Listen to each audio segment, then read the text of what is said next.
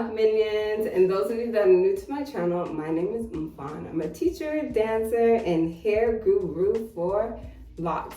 In this channel, we're gonna do a lock update on my interlocking session. Again, I also want to address some comments that I had about my hair and the method that I use. But before we get into that, please don't forget to thumbs up, subscribe, and hit the notification bell. Duh! And don't forget to come back to my channel, Loc4u2luv. So let's get into my update of my interlocking session. I had my sister do it. She wanted to do my hair.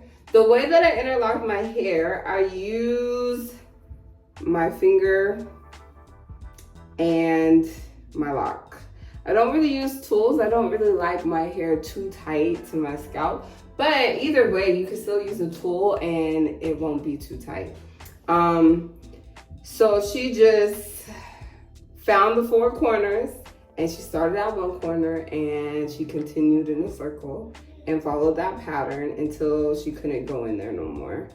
And I had about an inch of new growth. I didn't interlock my hair for almost maybe, I want to say 3 months, but 6 months, the latest, maybe. And I like how it turned out, so I'll show you a little bit. So taking a look at my hair, you can actually see my scalp. Before, you couldn't see my scalp because I had a lot of new growth. And I hope you heard that. Before, you couldn't see my scalp and I had a lot of new growth. So now you can see my scalp.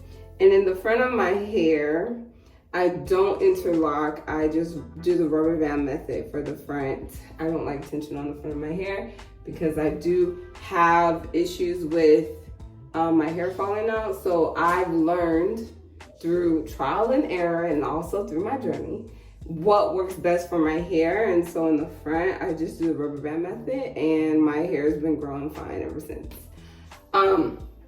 So I had some comments that were saying if I interlock my hair will pop off, come off, or it will break a lot.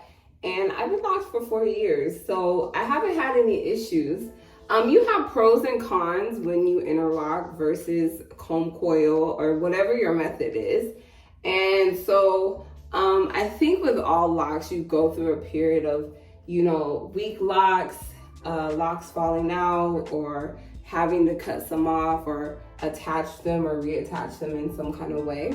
So again, it's my opinion. I feel like interlocking works best for me. I haven't had any issues to the point where I felt like it was concerning or I have to stop interlocking.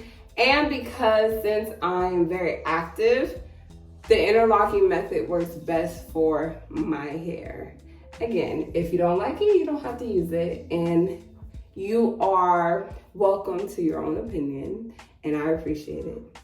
But at the same time, I'm still gonna keep interlocking. And this is what I like. My next update will be me going over dyeing my locks. So I dye my locks every 6 months with henna, and I've been using different colors. I used chestnut brown for about 2 or 3 years. Two or three, I can't remember. And then I experimented with burgundy and I'm like, I don't think I really like it. But in the sun, it looks really nice though. I'm not gonna lie, So the next color that I wanna use using henna will be, henna, but I also am gonna use indigo. So I want my hair to be like a jet black, and that's what I'm shooting for. So the next time I have a lock update or a tutorial, it should be on me dyeing my locks and then showing you the results the day of and a couple of days after, because it takes, I think, about 24 hours or 48 hours for your hair to really show the color that you put on with the henna. So on that note, I hope you enjoyed this video and I hope you enjoyed this update, and I'm so glad I got my hair interlocked. And then I just don't touch it. I don't interlock it. I try not to do too much with my scalp or creating too much tension. And if I could, I'd just walk around like this all day with my hair, except when I'm like working out or dancing. If you made it this far, thank you. And go to my channel, duh.